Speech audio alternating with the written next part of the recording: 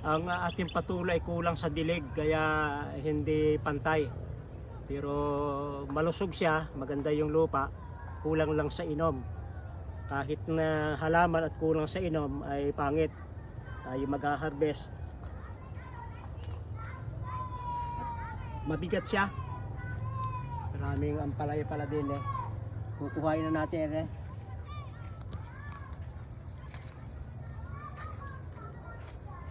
Saan pa yan? Hayain ang ampalayang yan. Ang pagpitas pwedeng gayon lang oh. Tutulak lang ninyo nung kan. Ito. Ito. Gagamit lang kayong daliri, igagayon lang ninyo oh. Kaso gugulayin agad dahil dapat mayroon tangkay para tumagal.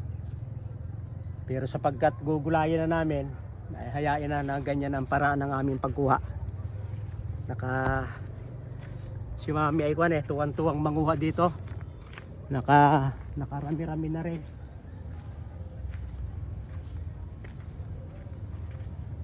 Ito ay matatandang puno na dinilig ko lang at inayos uli.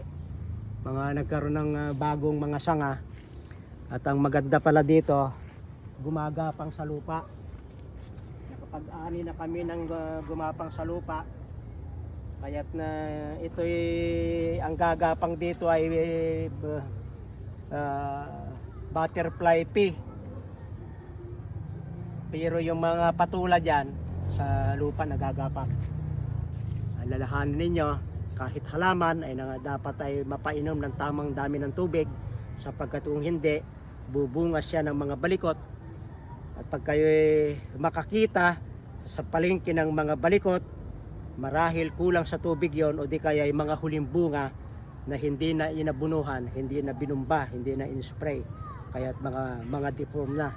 Maraming salamat sa inyong pagsubaybay sa Natural Wellness, si Pastor Vito.